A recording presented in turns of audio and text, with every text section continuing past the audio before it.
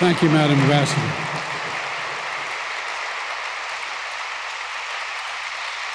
Thank you, thank you, thank you. Thank you. Madam Ambassador Caroline, thank you for that introduction and for your enduring friendship. I was talking earlier about how your family had a very difficult time in my life when I first got to the Senate as a 29-year-old kid before I was sworn in, where I lost my wife and my daughter and my two boys who were so badly injured when struck by the tractor trailer. And your family was there for me. No, I really mean it. Your family was there for me. You may remember some of it, and I'll never forget it. They got me and my boys through an awful lot. I'm truly honored to be with you all and your incredible family. And Jack, I believe your generation is the best educated, most talented generation in our history. And that's the reason I'm so optimistic about the future, and that's not hyperbole. I mean it. You know, Chital, thank you for sharing your powerful story. And thank you, Mayor Wu, for the passport in this great city. And thank you to Health and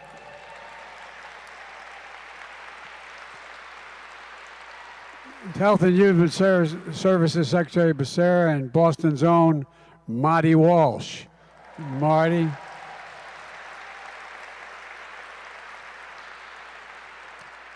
And thank you to the members of the Massachusetts delegation from the House, Representatives Presley, Lynch, Keating, and Jake, I should say, Auchincloss, and Laurie, thank you as well for being here. You have beautiful daughters. They're great kids. And I want to thank all of you, the cancer patients, survivors, caregivers, and don't jump from up there, okay? And for all the leaders of science and medicine for being here today. This is a powerful place for reflection and remembrance. On this day in 1962, America was facing an inflection point.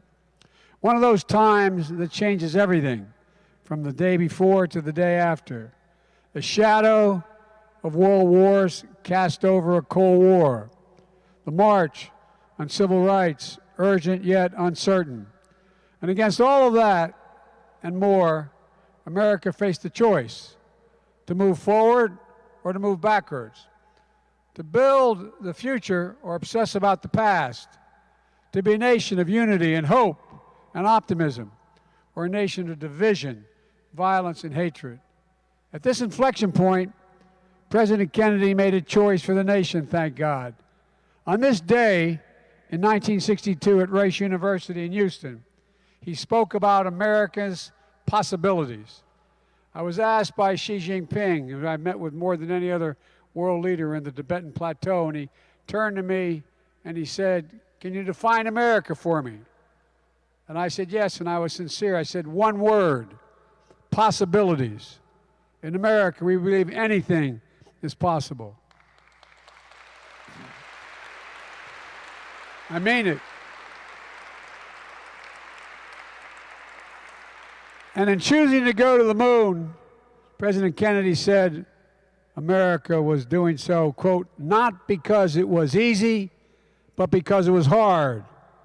Because the goal will serve to organize and measure the best of our energy and skills, because that challenge is one that we are willing to accept. One we're willing, not one we are unwilling to postpone, and one which we intend to win.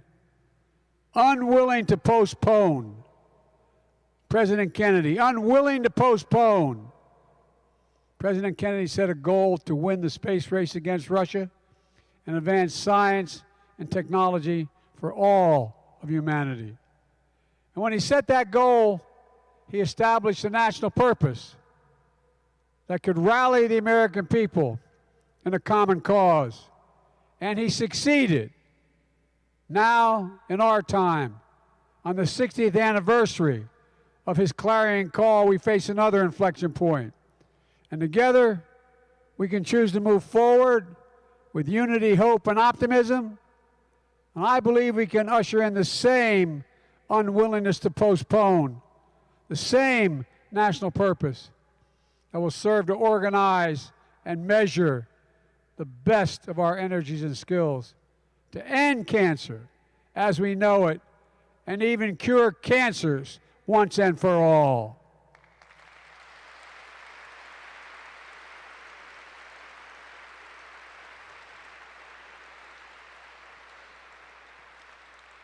I give you my word as a Biden, this cancer moonshot is one of the reasons why I ran for president. It's part of my unity agenda that I laid out in my State of the Union address to rally the American people to work together. Because we know this, cancer does not discriminate red and blue. It doesn't care if you're a Republican or a Democrat. Beating cancer is something we can do together, and that's why I'm here today.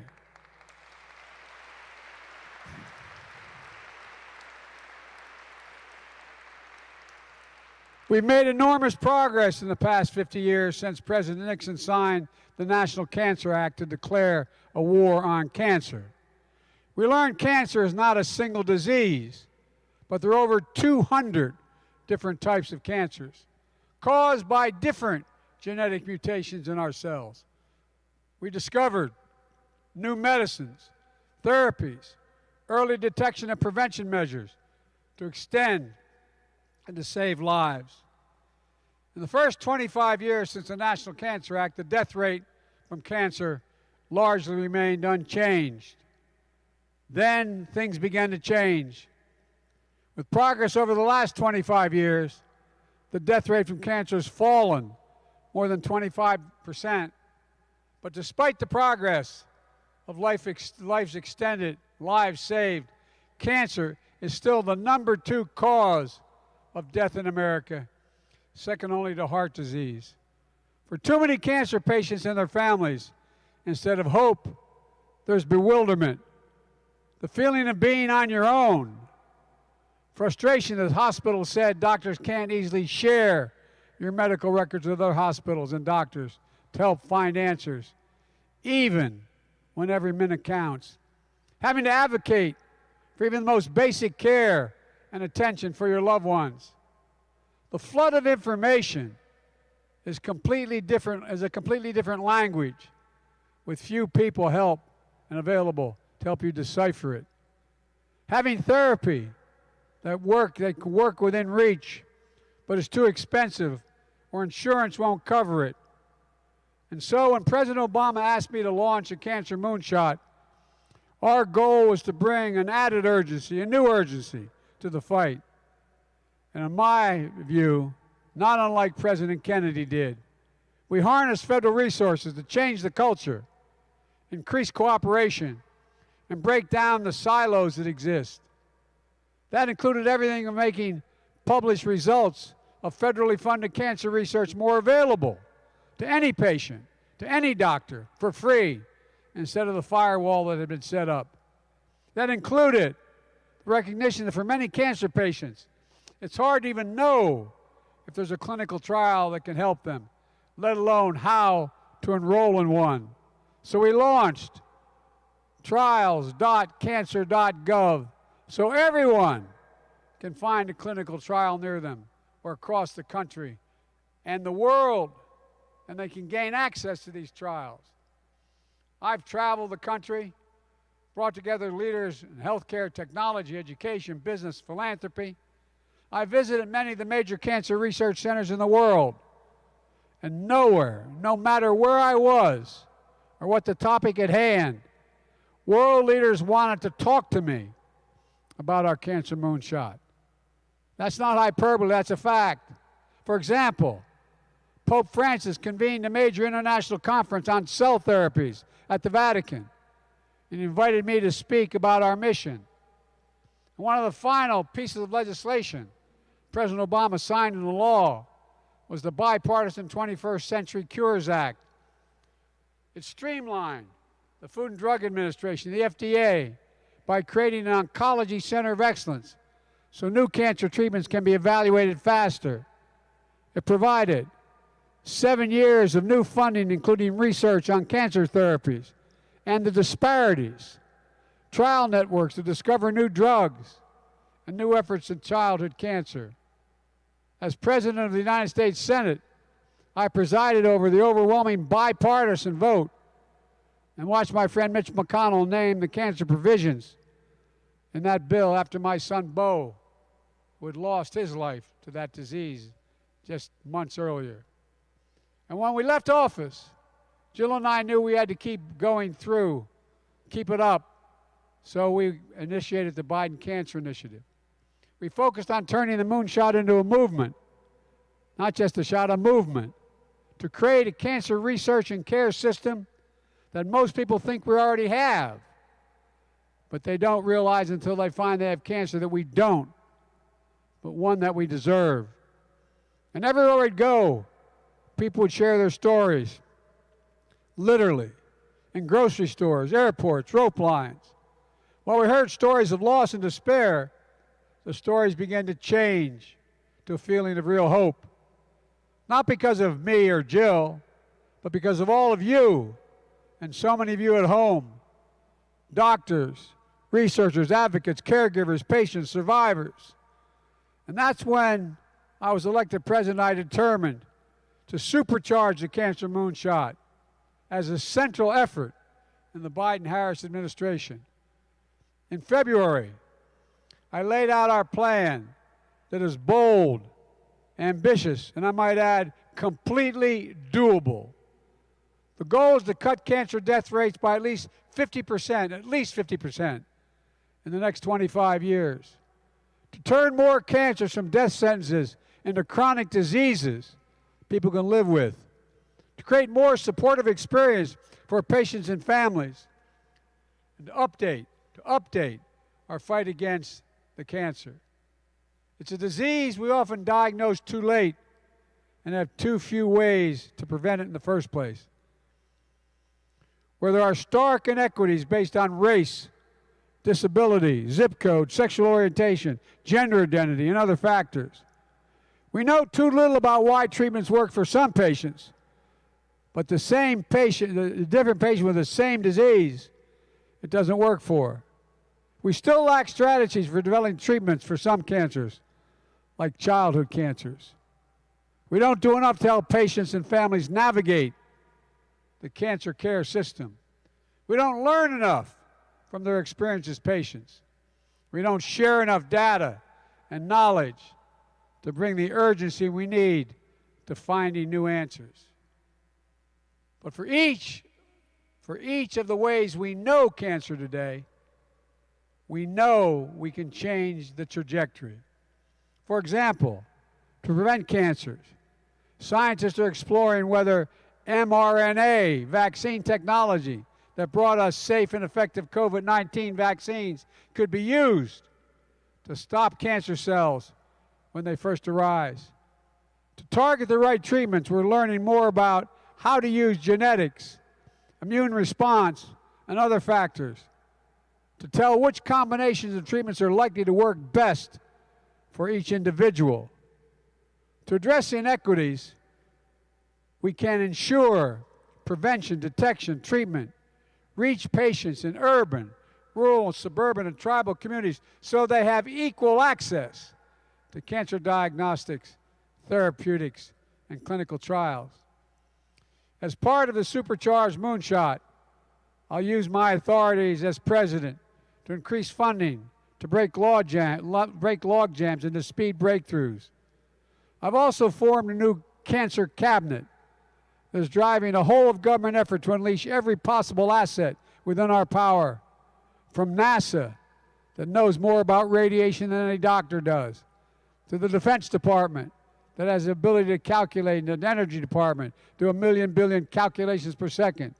Health and Human Services, Secretary Becerra plays a key role in the cancer cabinet, as does Marty Walsh, a childhood cancer survivor, who is committed to helping Americans get time off for cancer screenings or care for a loved one.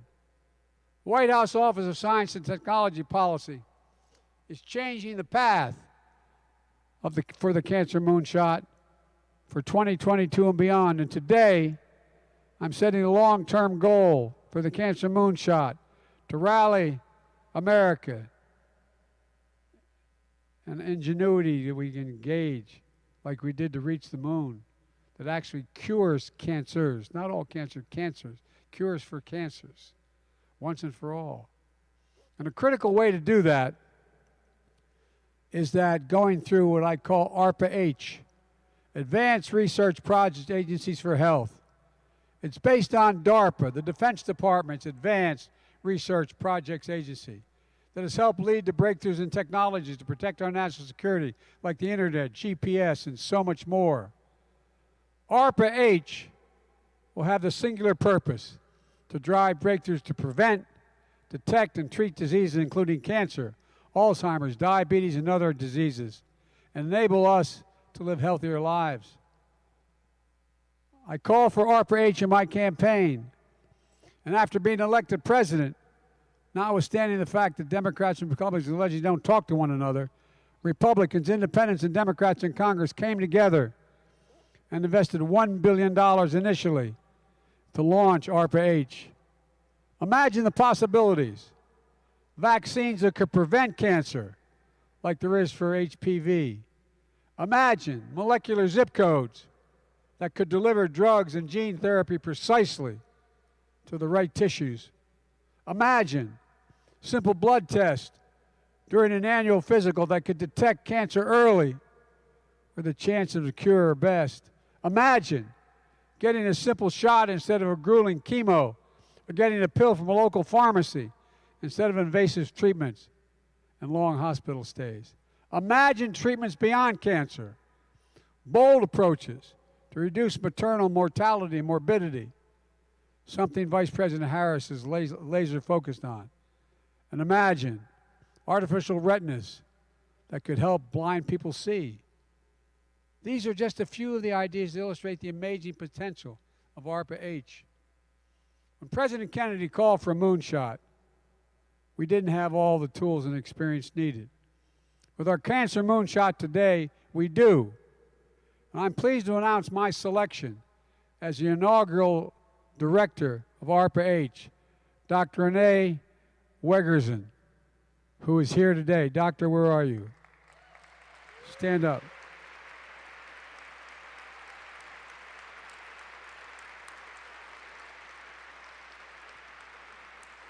A leading biomedical scientist, a decade of experience leading multiple biotech projects at DARPA. And by the way, it's about how to use all the assets we have, all of them.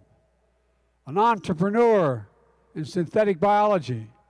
She's going to bring the legendary DARPA attitude and culture and boldness and risk-taking to ARPA-H to fill a critical need. Discoveries that save lives, change lives, and often start in the lab bench.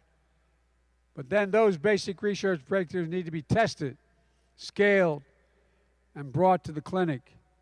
This may require unusual partnerships. They may require support to get over many obstacles that exist.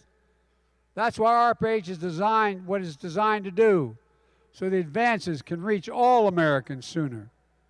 I predict ARPA-H will emerge as a new and exciting member of America's biomedical ecosystem. But it's not enough to invent technologies that save lives. We need to manufacture advanced biotechnologies here in the United States. That's why today I signed an executive order that directs the federal government to ensure biotechnologies invented in the United States of America are made in the United States of America, whether they are for cancer treatments or anything else like next-generation fuels and materials. Today's action is going to ensure that America leads the world in biotechnology and biomanufacturing, creating jobs, reducing prices, strengthening supply chains so we don't have to rely on anywhere else in the world. Here in America will be made. And there's more that we're doing. The Inflation Reduction Act that I signed into law puts a $2,000 cap on the total prescription drug costs for any senior on Medicare, including cancer medicine. And for so many people, one of the first things they think about when they get a diagnosis, how am I going to pay for the treatment? Do we need to sell the house? Do we need to skip payments on the car? Can we afford to send the kids to college? The Inflation Reduction Act is a godsend. It's going to save people on one prostate cancer drug about $6,000 a year. Thousands of women are taking breast cancer treatments that will see about a $7,000 a year savings. But that's not all. When I led the Cancer Moonshot as vice president, one of the biggest issues I talked about was how federally funded cancer researchers were not sharing their results with their peers or the public because they wanted to have the answer. You all know it. As I mentioned earlier, we made federally funded cancer research more available to any patient, to any doctor, anywhere, for free. And today, as president, we're making sure that transparency applies to all federally funded science beyond just cancer. And this summer, I announced the new head of the National Cancer Institute, Boston's own, Monica Bertinelli, excuse me. Monica, you can call me Bidden. And she's here today. Where are you, Monica? Stand up. Thank you.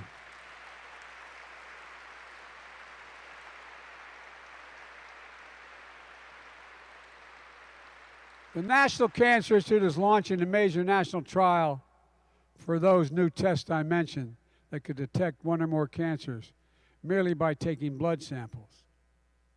You know, if that's the case, these blood tests could lead to less invasive cancer detection tools that will save lives.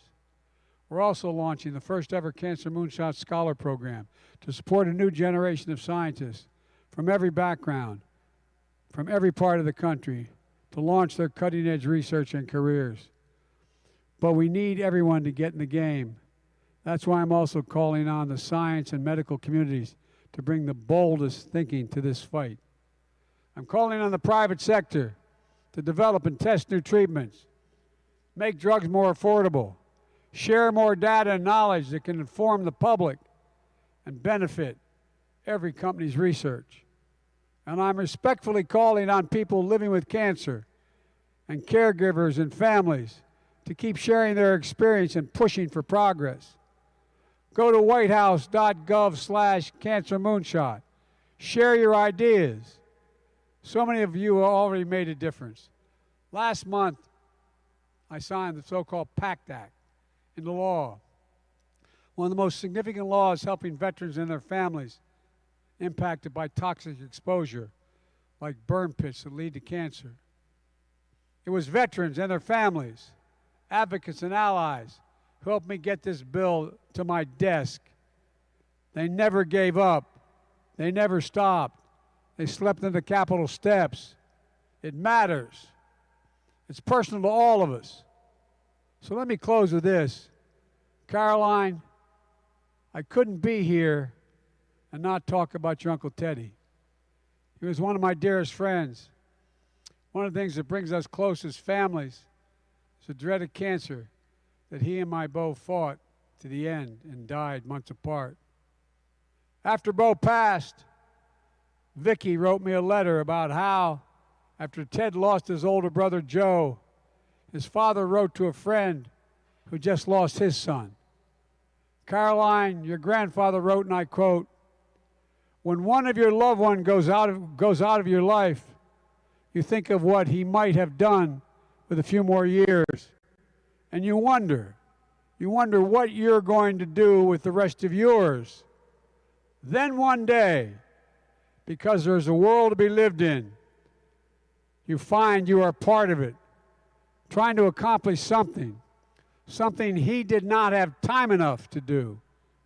And perhaps that is the reason for it all. I hope so." End of quote. For so many of us, that's what we're trying to do. Live a life worthy of the loved ones we've lost, the loved ones we can save. With their hope and absolute courage, and with an unwillingness to postpone, and with a singular purpose for ourselves and as a nation. President Kennedy said in this day 60 years ago, "We set sail on this new sea because there's new life-saving knowledge to be gained, that must be used for progress of all people, end of quote. In our time today, that's our charge to keep, in my view. I know we can do this together because I know this: there's nothing beyond our capacity if we work together as the United States of America. God bless you all, and may God protect our troops. Thank you for listening.